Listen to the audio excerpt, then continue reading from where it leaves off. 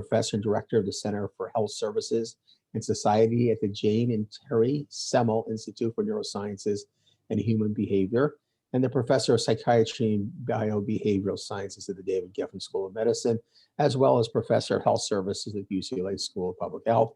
He is also a research co-director of the UCLA VA Center for Veteran Resilience and Recovery and Associate Director for the UCLA National Clinical Scholars Program, and is affiliated adjunct staff at RAND and staff psychiatrist at the Greater VA. So he is in more jobs than I do. I think he has 9 jobs. His research focuses on community-based participatory research for improving mental health in underserved communities. He's an expert in the area of community faculty and community engagement. Dr. Juanita Booker Vaughn is a native of New Orleans, Louisiana. Dr. Booker Vaughn is community faculty at the Charles Drew University, faculty at the Charles Drew University for the last 5 years. She's the 2019-2020 chair of the American Public Health Association Community-Based Public Health Caucus. Dr. Booker Vaughn is the chair-elect of the American Public Health Association Caucus Collaborative and program planner for the last 3 years. Dr. Booker Vaughn is a community engagement expert. She has served as a bridge between community and academia for the past 15 years. She has been part of various research projects as an interviewer, analysis team, advisor board, data safety monitoring board, and co-investigator. I'll skip a little bit for the interest of time. Dr. Booker Vaughn and the research on the teams have been recipients of various scientific awards. She is mother of 3 beautiful children and 6 grandchildren. Dr. Booker Vaughn is also an advocate for children. We welcome you to the next session, Principles and Guidelines of Community Engagement, with Dr. Wells and Dr. Booker Vaughn. Great. Good morning. Can someone make me a co-host so that I can screen share?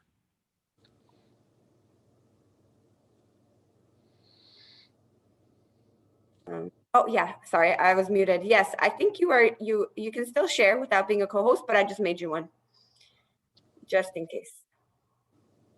Okay. And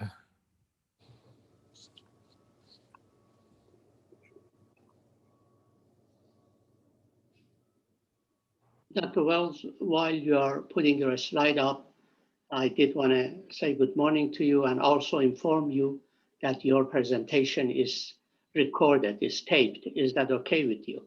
yes. Thank you. Thank you, Dr. Brazargan. We're actually recording the whole institute, just to let everybody know. So hopefully that's okay with everyone. Sorry, I'm trying to, if I can get, all right, now, let's see if I can get, there we go.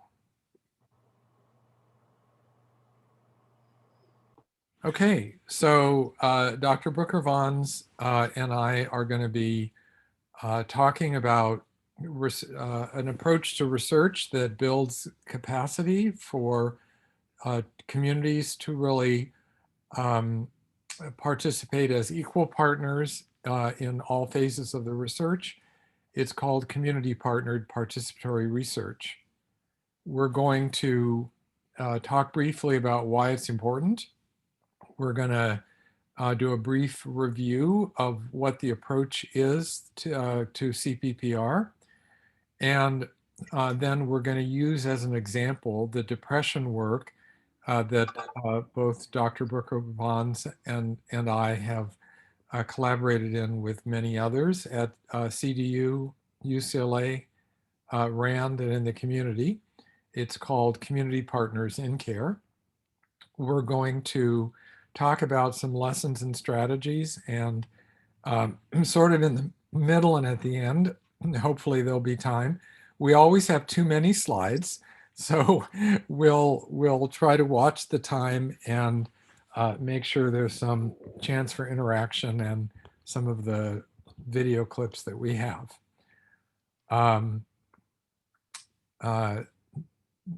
Juanita, do you want to talk a bit about the origins of this approach? Yes, so I'm going to move the slides. Did you want me to talk about this slide here? Yeah. Okay, yeah. So here you see Healthy African American Families 2, which the founder was Soretta Jones. Now that she's no longer with us, she's passed. Her daughter Falika Jones has now taken over the agency. But she and Dr. Wells brought together all of the teams from UCLA and RAND and developed the CPPR by listening to the community. This is one of our conferences where we would always, Loretta would always have the conferences bring us together so that we can listen to what communities said their needs are, and so that we can move together as a unit based on the community's needs. So you see here our conferences and the planning part to the conference. So Yeah. Go ahead. So why CPBR is important? I would like to say that in the under-resourced communities, we face disparities to access, to outcomes, and mental health. You know, these are three major areas of concern, with many more. When you're talking about areas like SPA 6, Los Angeles Service Planning Area, 6, Compton, Watts, Willowbrook, and South LA. So, and it's the same communities have little voices in designing services of research and underrepresented in the research and limited to the data information, which this is something that we know that in community. So in community-based participatory research was a recommended approach to engage under-resourced groups in the program development of science by CDC. So the CPPR is a variant of CVPR. Yes, so community participatory research is the variant of the community-based participatory research that emphasizes a co-equal partnership of community and academics in evidence-based science of health equity.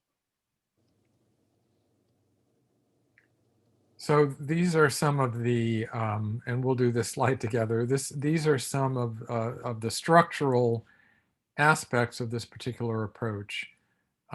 Principles, transparency, respect, equality, and equity. What does that mean? So for example, if we have a budget to a project, the community should know how that's allocated too, you know, so that, you know, people have a sense of really what's being supported, what the community is getting. Respect, so that we listen to each other. We may differ, we may agree to disagree, but we're really respecting the diverse perspectives with a focus on really both equality and equity. We'll talk in a bit about the difference between equality and equity. With power sharing. And so we don't have a committee or a talk about this that isn't, you know, having community and academic partners, and or people like Juanita who are both, and with co-leadership and trust, so that we proceed in an equal and respectful relationship. And particularly key, I think, is two-way knowledge exchange. So it's not just about what the academics say or what the evidence-based practice is. It's what the, you know, the PhD of the sidewalk, as Loretta used to say, would contribute, the people who really understand their community and the issues. And it's strength-based or asset-based. And then there is a structure, there's a council, and who's on that council? Well, that's one of the first issues you talk about over several meetings. Who should be at the table? And we'll talk some about that further in a few minutes. And then there are work groups. Loretta used to say really probably up to 3 work groups, occasionally 4, but usually 3. so it's not too overwhelming. And then a community forum, so that the larger community is really what approves everything. And then Juanita, do you want to talk about the Vision Valley victory stages or show your hand? Yes, I know Loretta would always point to, those three structures where, in the research stages, the vision, the vision of the whole group, and in the trenches, like the valley is work as doing the work, and the victory is, outcomes and things that happen during the process, and the win-win on both sides. So she would always, love to, form the I guess this little three-way V, yeah, or two-way V here, so you would understand the process. Right, and the both sides, as she would say, if I do all the work and you do none of it, I'm going to be mad. And if you do all the work and I do none of it, you're going to be mad. and I'm saying a little, yeah. And then, so it needs to be both sides. And vision, valley, and victory lead to value. That's the big V, by the thumb. And there is a description of this approach that we did in the Journal of American Medical Association. Why is this approach? Oh, we did that. I'm sorry, I went the wrong way. All right. Do you want to talk about equality and equity? When we look at, and I know many of you have seen this this image, and I like that it has equality and equity, and I like that it now has added justice to this, because for equality is the sameness, giving everyone the same thing only works if everyone starts from the same place. We look at in this process. So if we haven't started from the same place, what's the equity in it? The fairness. We must give everyone access to the same opportunity and ensure equity. So you see, by the positions of the individuals that are reaching for the product, and how equal is it for them? In the first picture, you see where the boxes are the same level, but hey, how equal is it when you have the smaller person, the ones that have the less resources and the less amounts of information and access is not equal. So you have to, in the equity part, you see here where you have balanced the resources and the playing field for the individuals that are in the under-resourced community. So we must always remember that equality is not always equity. So I like this, and I like that it moves to justice, because this adds a greater value to the process. Great. And this is the model for collaborative work that it's based on. And in the center are the partners, and the partners are, the ones really working together on the initiative, drawing upon what's called resident experts. And that could be someone on the academic side. We need an economist. That could be someone on the community side. Oh, we need to tap into the faith-based community or the barbershops and understand how people talk about this. So they're all part of the family, if you will.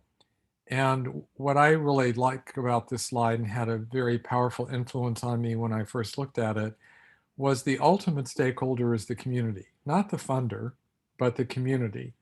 So that's why the community forum is so important, to bring to the community the idea and say, have we got it right? What do we need to change?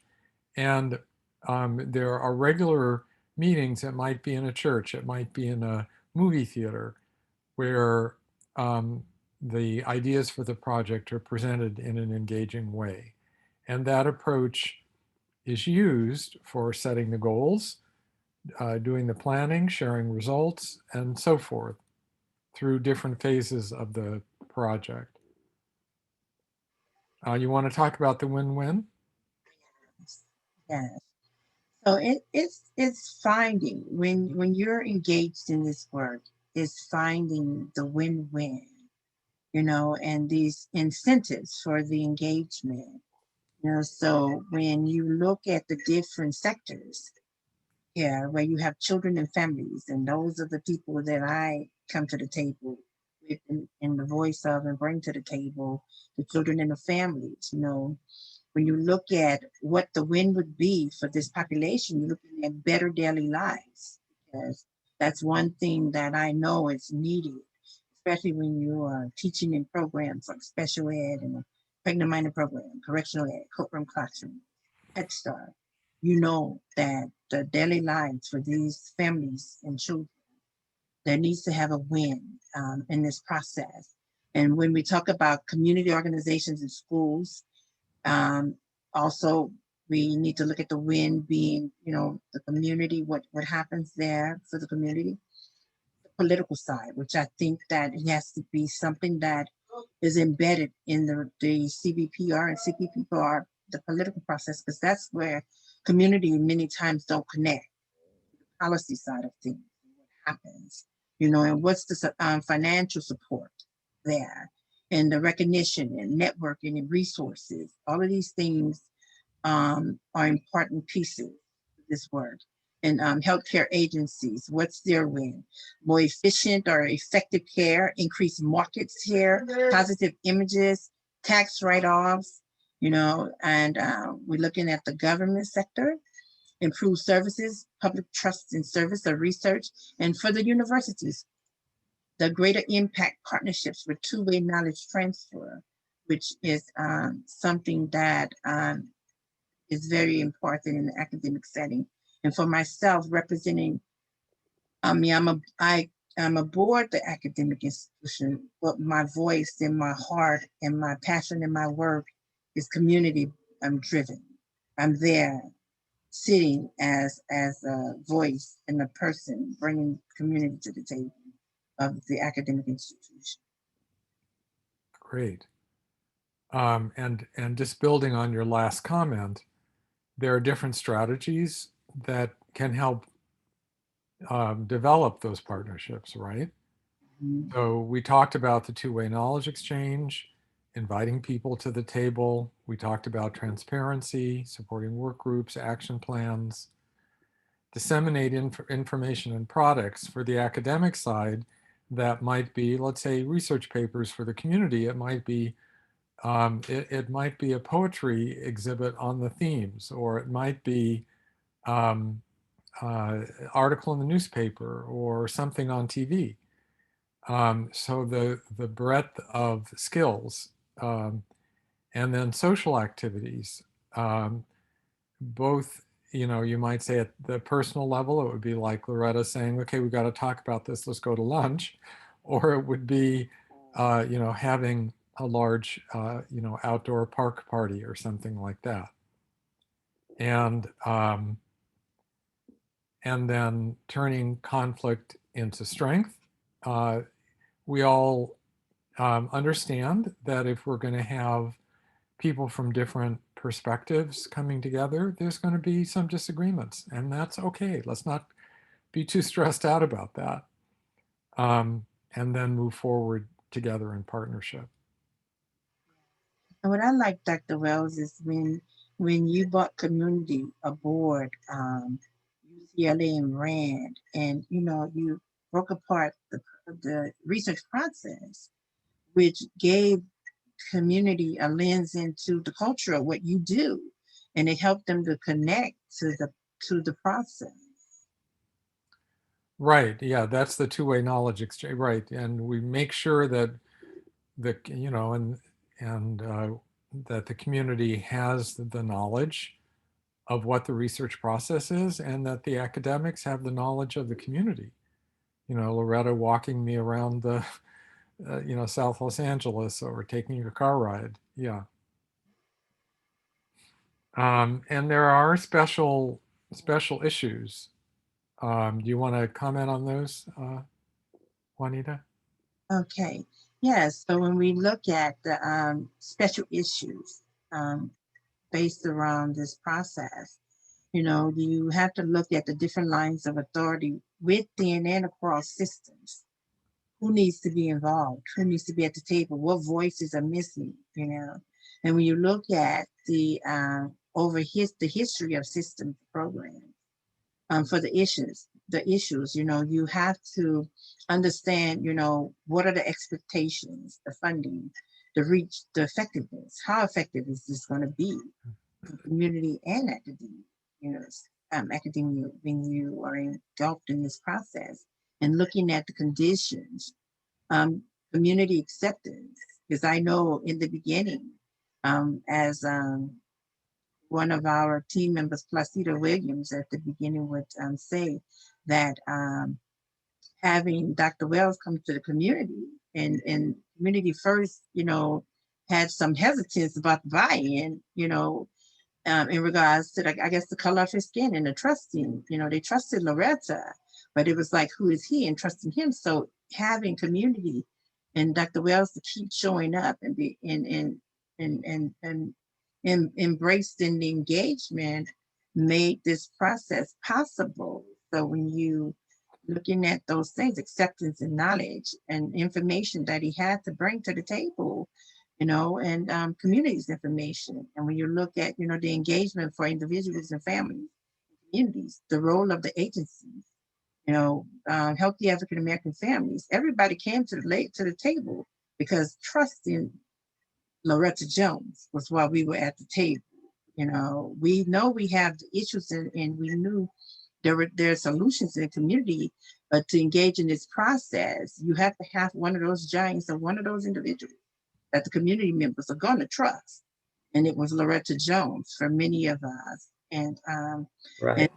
yes, so and at each level, the university programs in history and engagement, you know, looking at that process. You know, because it's a lot of fear and mistrust when it talks about walking aboard academic research, the process. Community, you know, is kind of leery about that process because of things, you know, that had happened historically.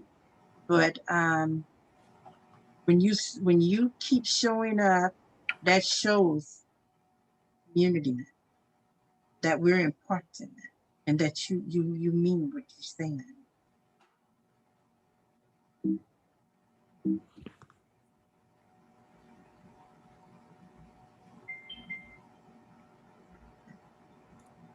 And then you had talked about social justice, Mm-hmm. and that's a very key aspect of what's both driving this and what we're trying together to achieve, right? Is really making a difference. That's it. So we thought, you know, before we go on to the witness for the community partners in care and witness for wellness example, we'd take a few minutes, and I don't know if it's best for people who are interested to sort of unmute or to do this in chat. But you know, if you think for a moment of an issue that you're interested in, whether it's on the academic side or the community side, you know, or if we have, particularly for people who are new to the framework, maybe some of our medical students or whatever, to think about that issue and ask who, you know, for a particular issue, who are your stakeholders for a given community or population for a particular health issue, and what would be a win for those stakeholders for participating in an effort to address the issue, just to kind of flesh this, you know, kind of central issue out. I don't know if anyone would like to share their thoughts or to put it in the chat box.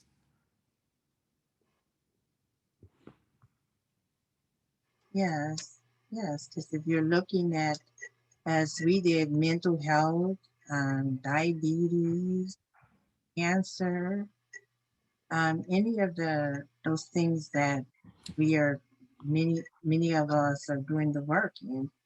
So who would be the population, and how would you even start the process of dealing with the issue? Who would you think as academics, how are you thinking in regards to who you want to bring to the table to address diabetes or cancer or mental health? You know, so is there anyone from the academic side that can answer this question? So I see we have population, youth, and women from Tania.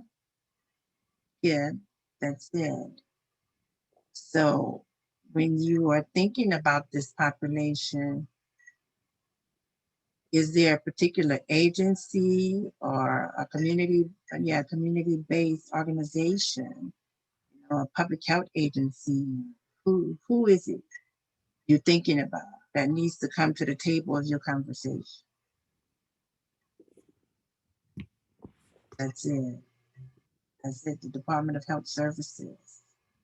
Because for the Department of Health Services, what is it that they bring to the table? Why would they be?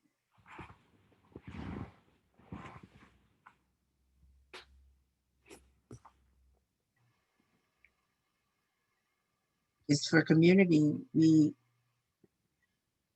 This is plus. Would it be easy for them to speak instead of trying to type it out? Yeah, Probably. Because it would be faster to speak than to type it if that's people it. speak. Yeah. Good morning, everyone. Good morning, Plus. Good morning. Good It would morning. be wonderful if we can get a dialogue. Yeah, I see a couple comments in the chat. Population, youth and women, DHS. I would just say community-based organizations doing the work. So a couple different comments. Right. So it can be helpful to think, so if let's say it's a women's health issue in the community, or youth or whatever, who would that touch? Right? Obviously families, right? And the individuals. Who would women in the community share their concerns with? Would it be the hairdresser or their next door neighbor, or right? And to really think, I think broadly about out in the real world. And yes, they're doctors probably, or they're nurse practitioner or whatever. The barber shop, Yeah, the barbershop, or because the yeah, men talk there mostly. Shots, yeah. Mm-hmm. We'll get our hair and nails done. Yeah. Yeah, and a lot of times people don't think about the PTAs, the Yeah. Parent Teacher Association. Mm-hmm. Going to those meetings, Mm-hmm. find out about concerns that the parents or women, because many times there are a lot of women at those meetings. Mm-hmm. There are more women than men attending those meetings. That is a place when you are thinking about women's issues. You can also look to, and the Policy Council for the Head Starts and different that. I'm sorry. Go ahead, Leslie. I was going to say, people think when you say church, you're thinking of the whole thing, but inside the church, there's different auxiliaries, ministries, and they don't think about those smaller ministries. You know what I mean? Like the usher board or the choirs, or different people in the choir, or the musicians in the church, or those are different. You don't have to do the whole church, but people talk in those smaller groups. And I was going to say someone else, and I couldn't. I just forgot it just that quick. It'll come back up. But anyway. Well, and in the time of this pandemic, maybe it's going to be their cluster of friends that they meet on Zoom once a week. Yeah. Or their book club, or their Zoom book club. So really thinking of the context too, right? That might affect And then what would be the win for different people like that? Why would the barbershop participate in an effort like this? What would be their win? They would get more customers, or you're right. So, I mean, thinking through both who are the people, and then the process we followed or follow is, as you bring more in, you keep asking who should be at the table. Mhm. And then new people come up that you hadn't even thought of, the homeless agency down the Yeah. street, the exercise club near Mhm. the primary care doctor's office, right? Mhm. Mhm. And that process is literally what we followed in particular projects, but it's a iterative, ongoing discovery process, right? Yes, yes. Well, Yes. for me, I'm speaking again. The COVID group, now I'm a part of that because my son-in-law tested positive Monday. He's been in the hospital. Oh dear. So, and my daughter is a cancer survivor. She had the breast surgery May 19th this year. So now I'm in those different communities now because different people are talking to me, trying to encourage me, trying to help me. And then last year when I had my seizure or stroke, whatever they want to call it, now I'm talking to those people and people are trying to help me. So I'm in a different, even though I've been talking about it all this time about research and whatever, I'm now a part of it. My daughter's a part of it. My son-in-law is a part of it. So that's bringing in other people that want to know and help her and help him, and people want to help me. So I see it from a different eye now. And even though when I spoke before, I did different things, I was speaking as a researcher. I'm now a patient. So I'm now speaking through my eyes. And so those are different people you bring to the table now. My daughter was a cancer, she was on the panel in August. She never talked about her cancer, but she was on the cancer panel for the first time she's ever done that publicly in August with Drew. And so now she's seeing it through her eyes, and she says she's a survivor of cancer, and her husband picks up deceased bodies, so he's a frontline or whatever y'all call it. But now she's seeing it from another eye. So like you That's it. said, Ken, you get into different categories and you bring different people in from different sources. So now I'm bringing in other people from different sources through, that way.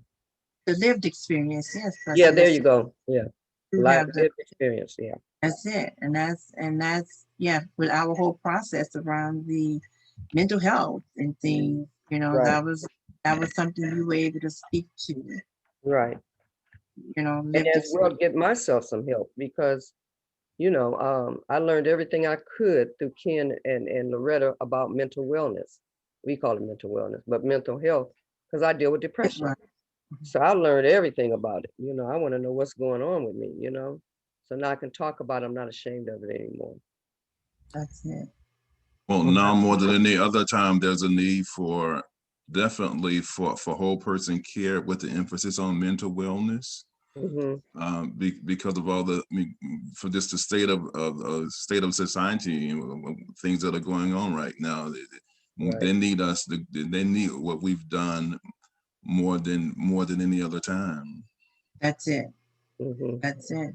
It's bringing, everyone and anyone that would have anything to do with the individual with the lived experience around mental wellness, was what we did. And that room, from the first day was just so electrifying. And then that was for myself, for me. That was the first time I had ever been in a space with that many academics, and I would like to say African American academics. Yes. So, wow.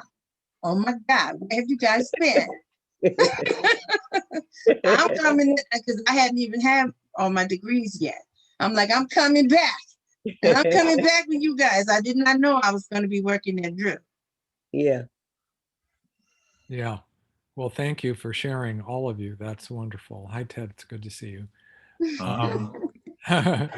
And then the second part is to move into what we were talking about now, And I don't know that we need to justify the importance of depression. You just did. and um, uh, and the community through discussions like this, I mean, literally just if you say 4 months of discussion like we just had for 4 minutes, right, of people sharing their perspectives in the community, then that led, you know, plus we also shared what do we know from, you know, healthcare, and what do we know from science about what can help mental well-being and depression and so forth.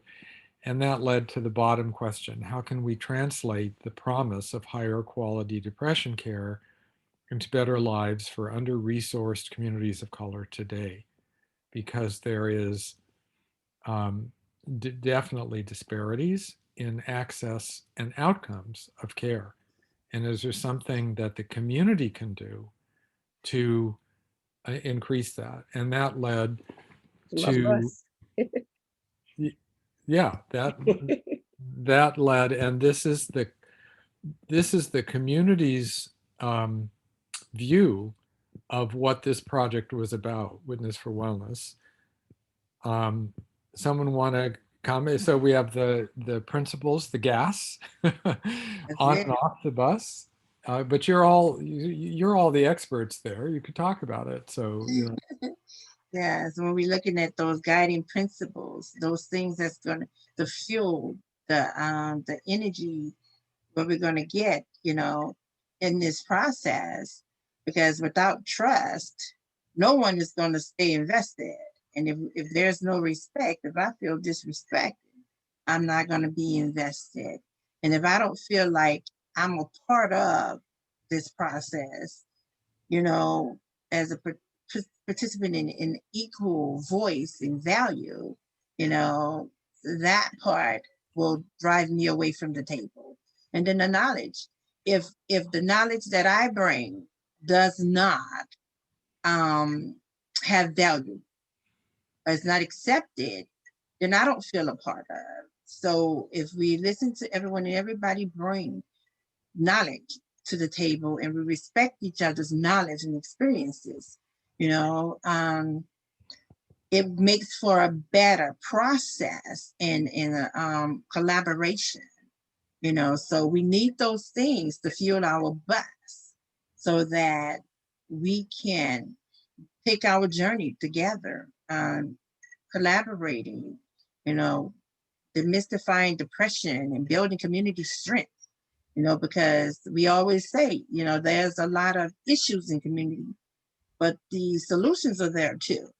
So when we talk and then we build, you know, community outreach and the community services that are already there, is strengthening those services. Because I know as we were going through this process and going through the different phases, and I was on the Participatory side of things when we, you know, Corey's more listening to the patient. So when I was listening even to the patient, this process that we started was very, very important, because it was them not even being able to get in the door of service.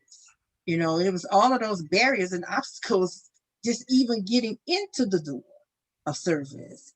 And then, you know, once they got in the door, if they got in the door, it was the process that was happening within the doors that was barriers and things. So, you know, so just having, you know, building better outreach and, you know, support, promoting, you know, and there was policies that had to come through this process, advocating for those vulnerable populations, which we had to do in this process. And that's why, you know, this process is, you know, near and dear to my heart, because I like the way this particular team constructed this whole process.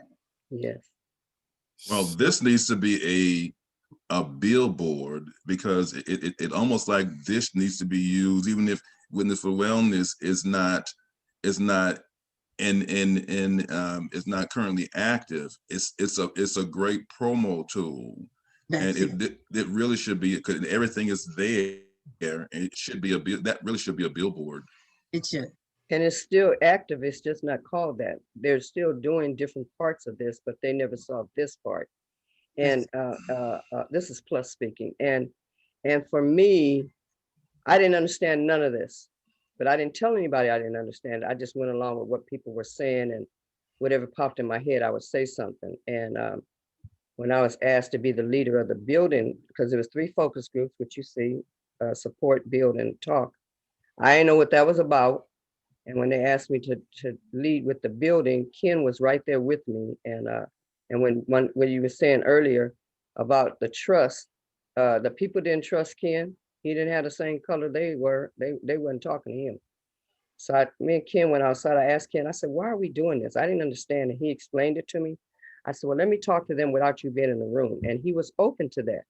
And I'm saying that because all researchers are not open to receive what you're saying, but he allowed me to go back in. And I explained to him, I said, look, I used their terms. He's from UCLA. We need the money and he needs to be at the table. But I spoke in their language. Oh, okay. But then when we started doing what was it, the PHQ-9? Yeah, that questionnaire about mental health, mental well, whatever. Yes. I didn't know, I had never heard of it. And so we went through all these different forms and they picked out what they wanted. And then Ken was kind of apprehensive, but then when I watch Ken, I tell everybody he's thinking right now. I can look at his facial. And so I said, Ken, can you explain this? He says, well, we could pick that one, but they're going to charge us money. Well, now he got money. Why can't he pay for it, right? So I said, what do you mean by that? But we didn't know the process.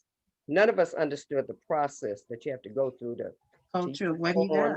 Yeah, and so when he broke it down and he said, if we use this one, we're not going to be charged. And so I said, well, we've been charged for whatever. But he gained the trust of the people. And I trusted what he was saying. And then I would go behind him and ask Loretta, what's this? Da, da, da, da. But I learned to trust him. And then, we show the bus because you can get on the bus and off the bus at any time, because sometimes things happen and we have to get off the bus, but we don't want people to feel bad if they want to come back. We receive them.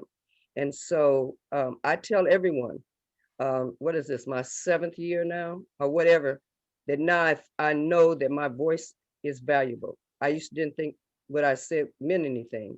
And so I talked to Loretta about it, and she talked to me. Then she threw me out there with national stuff, which I didn't know nothing about, because she saw something in me I didn't see it myself. And I still was quiet. But now I'm asking all kind of quiet questions. I'm correcting whatever I don't understand. And they used to use all these acronyms. I said, we got to use some words.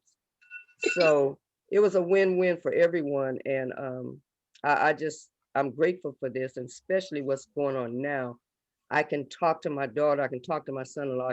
I can be comfortable with whatever, I have some connections to talk to people, and I can be at peace. I can really be at peace now and not be freaking out and a nervous wreck like I used to be and all that kind of stuff. So if I don't understand, I know everybody's phone number. I got Ken's private cell number. He might not answer, but some people don't answer me anymore, but whatever. But if I don't understand something, because I'm trying to give the right kind of information. Well, I could take it a next step further because of this process and how I've been influenced. It actually influences how I work. So when you hear my presentation, you'll see bits of how right. I've learned these strategies, and so in how I do my work. It's because I've been influenced by this process. It affects how it helps me to be more effective in what I do. And you will see all elements of this. I mean, you may not see none of these words, but when you hear what my agency is doing and how we work, you can tell that it was influenced by this process. Right. That's it. Me as well. Yeah. So this is an example. I'm sorry. Go ahead. Can we hear from some of our trainees and have some of their thoughts? Sure. Any trainees want to SART trainees want to chime in?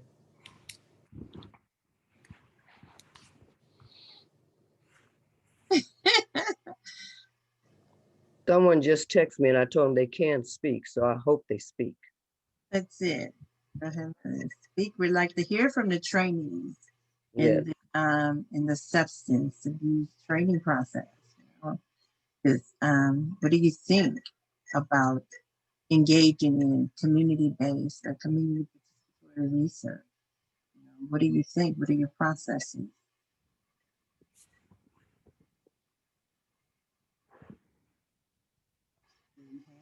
I have an opinion.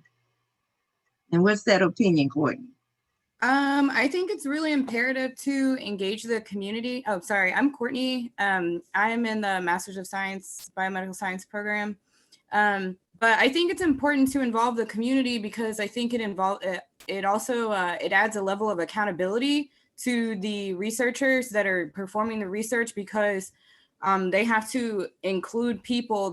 Things just can't go over people's head. It also is a good system in order to provide feedback to researchers so that they can get or optimize as much research as possible from their target audience or the people that they're trying to extrapolate information from.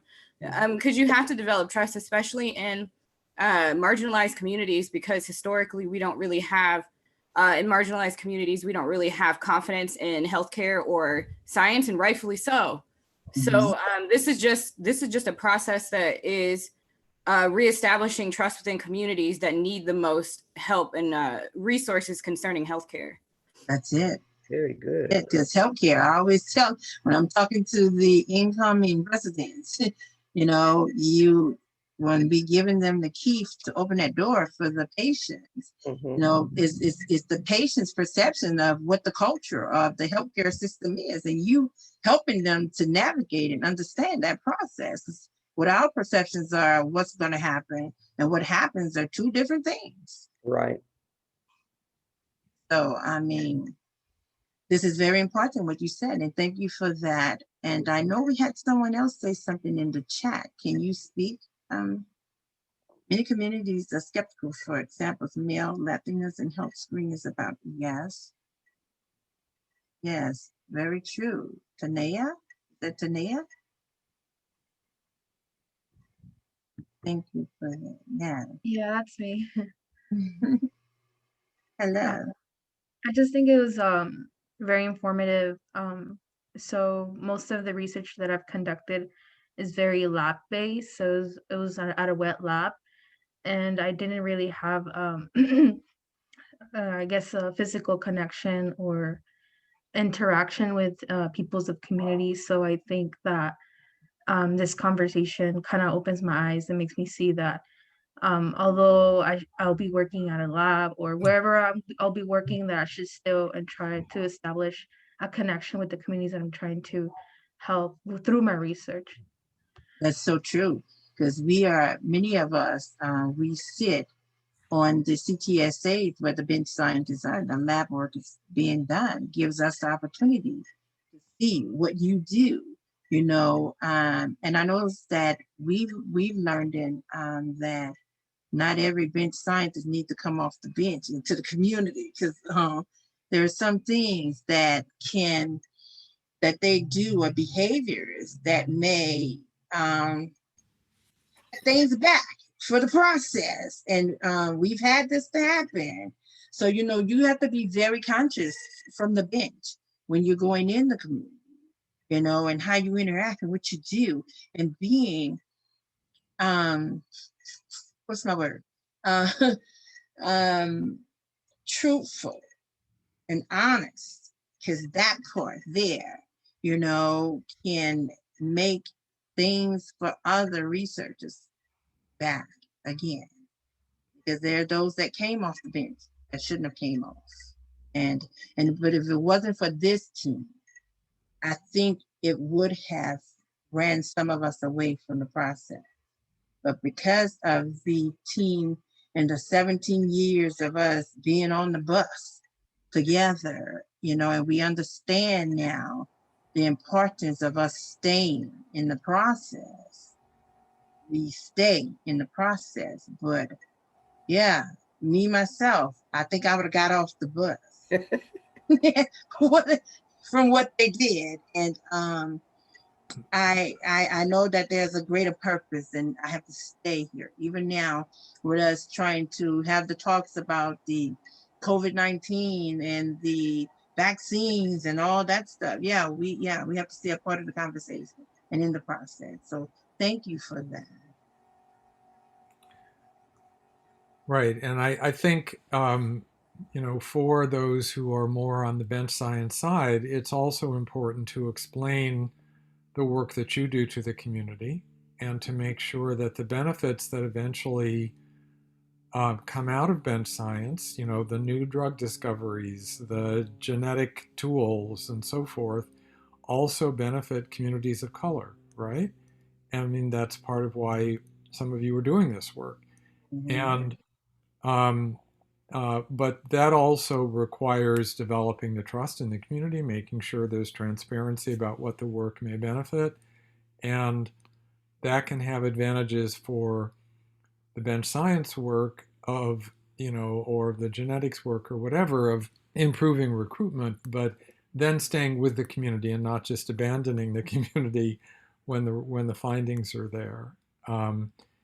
And this particular project, just to give a couple of very quick highlights and then go back to the general discussion, this led to the Community Partners in Care, which was a randomized trial. This is the community's vision. All of these different agencies in the community either individually supported for best practice in depression care, or in the bottom, all connected together, working together in a collaboration. And it was because of the community that the comparison group became not sort of a little bit more than usual care, but best practices, training all of those individual agencies in evidence-based practices intensively, and then randomizing agencies. And the trust in randomization was developed through having conferences in the community on the trade-off between the historical legacy of research abuses and discrimination and so forth, and the scientific advantages of randomized trials. And the community voted after these dialogues on what form of randomization would be acceptable, which became agency level randomization, not individual. That's it. So we could show the videos, but in the interest of time, what happened is the community engagement version led to greater improvements in mental health, physical activity, reduced homelessness, reduced behavioral health hospitalizations by 50%. Skip that video. And we even found 4 years later, 3 years after the intervention had stopped, that there were differences with the CEP as the community group having more remission from depression than the control group, which got control, quote unquote, which got best standard, available practice training. And there were community benefits that we worked together to assure: all those trainings, dollar matching for community grants, website tools and resources that are still out there and available for free. And what the community said is hope that we can make progress together in this problem. This also led to the first applied team science award of the American ACTS, all the CTSI Association, and other international awards. And what we learned from that is we can build the capacity to improve the community and do science together through trust, knowledge exchange, having these working groups, developing action plans together, social activities, even having fun at meetings while we're doing science. And the key thing is it takes all of us, all of you, going into medicine or science or wherever your goals are. You are our future. And this is an example of a community engagement activity about that. This table over here Hold up one key. Tell me what that key opens up.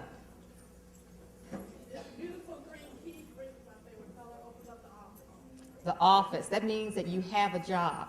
It also means that you're trusted, that somebody trusts you to have access to those kinds of resources. It means that you are serving in the community. Thank you very much.